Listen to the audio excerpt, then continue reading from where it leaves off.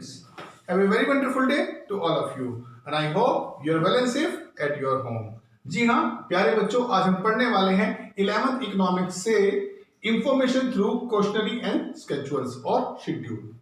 हमें वो सूचनाएं प्राप्त करनी है जो हम क्वेश्चनरी के माध्यम से प्राप्त कर सकते हैं और स्केड्यूल के माध्यम से प्राप्त कर सकते हैं। स्केड्यूल मींस तालिका। जी हाँ, क्वेश्चनों की कुछ तालिकाएं जिनसे हम क्वेश्चन पूछकर आंसर फिल कर लेते हैं और इंफॉर्मेशन या डाटा का कलेक्शन हो जाता है। जो एक क्वेश्चनरी वाले और स्केड्यूल वाला तरीका है, क्वेश्चनरी स्केड्यूल ऑलमोस्ट सेम है बेटा, ठीक है। ये जो क्वेश्चनरी वाला तरीका है इसमें हमें दो मेथड पढ़ने पड़ेंगे और आज इन दो मेथड को पढ़ने के बाद कल आपको होमवर्क नहीं मिलने वाला है। So please keep attention on the black board and listen what I want to explain in my lecture. Yes, here investigator has to prepare a questionnaire first of all.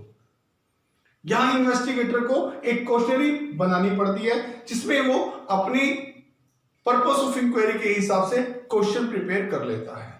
जिस पर्पस से वो बना रहा है, जिस पर्पस से वो data इकट्ठा करना चाहता है, उसी पर्पस के अकॉर्डिंग वो क्वेश्चनों को स्टेप बाय स्टेप सीक्वेंशियल रूप में लिख लेता है।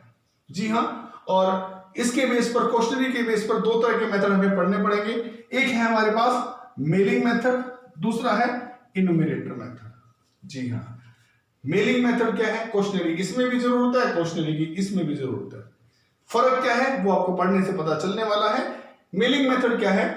अंडर दिस मेथड, मेलिंग यानी मेल आप समझते हैं ना, डाक, अर्थात कुछ चिट्ठी जाना। जी हाँ, इसमें कुछ क्वेश्चन होंगे, उन क्वेश्चनों के जवाब इन्फॉर्मेंट लिख कर देगा और वो हमारे पास आएगा वापस और हमारे पर्पस के अकॉर्डिंग में डाटा मिल जाएगा। Let's describe the mailing method. Under this method, questionnaire are mailed to informant. इसमें क्वेश्चनरी मेल की जाएगी किसको? इंफॉर्मेंट को। इंफॉर्मेंट कौन है? जो सूचनाएं देगा। A letter is attached with the questionnaire given the purpose of inquiry.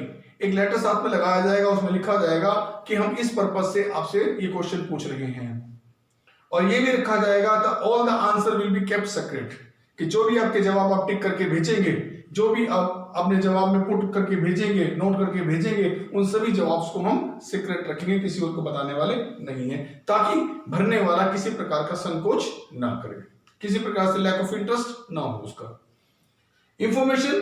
इंफॉर्मेंट जो है उन क्वेश्चनों को टिक करेगा और वो रिटर्न्स कर देगा, डाक के जरिए वापस भेज देगा किसके पास? इन्वेस्टिगेटर के पास। क्या किया गया इसमें? पहले क्वेश्चनरी बनाई गई, किसने बनाई? इन्वेस्टिगेटर ने। किस अकॉर्डिंग? अपने पर्पस के अकॉर्डिंग बनाई। क्वेश्चनरी भेज दी गई किसको? जो लोग आंसर दे सकते हैं, इंफॉर्मेंट को भेज देगी। इंफॉर्मेंट ने क्वेश्चंस पढ़े और उसमें टिक मार्क करके आंसर भरकर और वापस रिटर्न कर दी इन्वेस्टिगेटर को। इन्वेस्टिगेटर के पास आ जाती है क्वेश्चनरी, उसका पर्पस पूरा हो जाता है, डाटा उसको मिल जाता है। तो ये वाला मेथड जो मेलिंग मेथड है, चिट्ठी वाला मेथड, ये कहां सुइटेबल है? जब हमारा एरिया बहुत बड़ा हो और सबसे बड़ी बात कि पढ़े लिखे लोग होने चाहिए, अर्थात पीपल्स और पॉपुलेशंस आर एजुकेटेड। जब लोग एजुकेटेड हैं, एरिया वाइडर कवर करना है, तो आप ये मेलिंग मेथड यानी चिट्ठी वाला मेथड जो है वो यूज कर सकते हैं। इसके मेरिट क्या है? इकोनॉमिकल है, सस्ता है, खुद जाएं, पर्सनली कांटेक्ट करें, मिलें करें, बहुत टाइम लगता है, एफर्ट्स लगते हैं, मनी लगती है। लेकिन यहाँ इकोनॉमिकल मेथड है, अर्थात पैसा टाइम बहुत कम लगता है, ओरिजिनल इंफॉर्मेशन आती है, क्वेश्चन आपने बना दिए हैं, पर्पस आपका पूरा होता है, तो इंफॉर्मेशन आपको मिल ही जानी है। सभी इंफॉर्मेशन खुद इंफॉर्मेंट पढ़ता है, इसलिए इंफॉर्मेशन ओरिजिनल रूप में आपको मिलती है। तीसरा लाभ है वाइडर कवरेज एरिया, बहुत बढ़िया एरिया, बहुत लार्ज एरिया जो है आप कवर कर सकते हैं। पूरी सिटी, पूरा देश, किसी से भी आप आंसर मांग सकते हैं, ठीक है। डीमेरिट क्या है? Lack of interest. अगर इंफॉर्मेंट बिजी है, आपकी इस क्वेश्चन को क्यों भर के देगा? उसको कौन सा मोटिवेशन मिल रहा है कि आपको क्वेश्चन भर कर दे, ठीक है। पर्पस आपका, इन्वेस्टिगेशन आपकी क्यों भर के दे?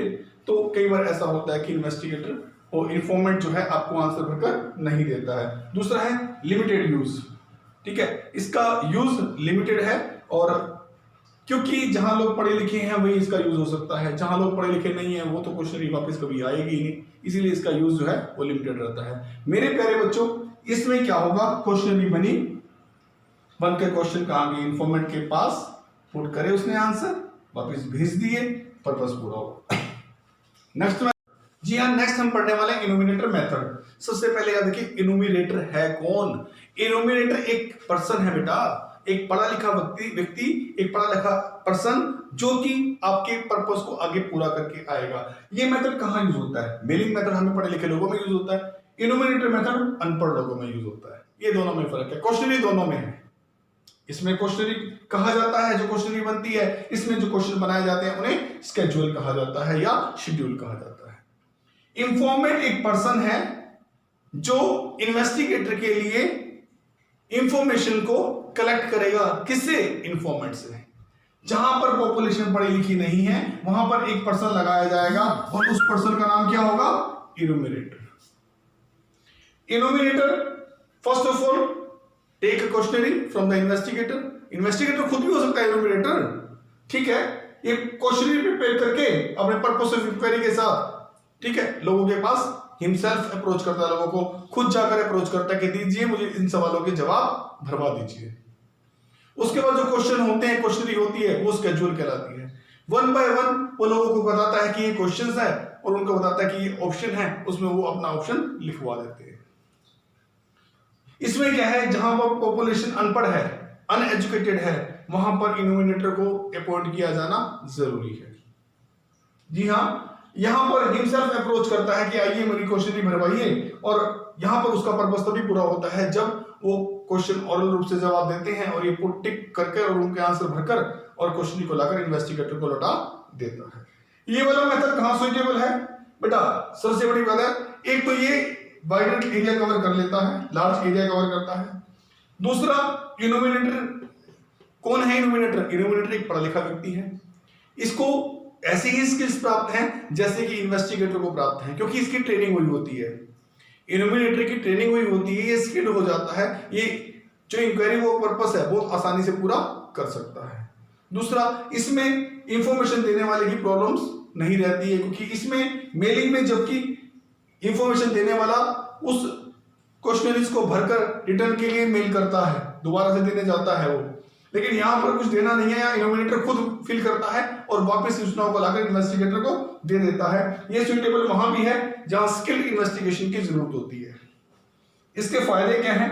इनोमिनेटर मेथड के फायदे हैं, वाइडर एरिया को कवर कर लेते हैं, जी हाँ। दूसरा, व्यक्तियों के साथ पर्सनल कांटेक्ट हो जाता है, जिनके पास इंफॉर्मेशन लेने जाएंगे उनसे पर्सनल क्वेश्चन आंसर शेयर होंगे, क्वेश्चन वो शेयर करेंगे, इनोमिनेटर आंसर देंगे, कौन? इंफॉर्मेंट, तो पर्सनल कांटेक्ट हो जाता है। तीसरा, जो हमारी कंप्लीट है, इसमें हो सकता है कि जो इंफॉर्मेंट है वो पूरी क्वेश्चनों के जवाब ना दे, कुछ क्वेश्चनों को छोड़ दे, लेकिन इसमें सारे क्वेश्चन पूछकर सारे क्वेश्चन भरे जा सकते हैं, इसीलिए इसमें कंप्लीटनेस जो है वो होती है। अब हम बात करने वाले हैं डीमेरिट की।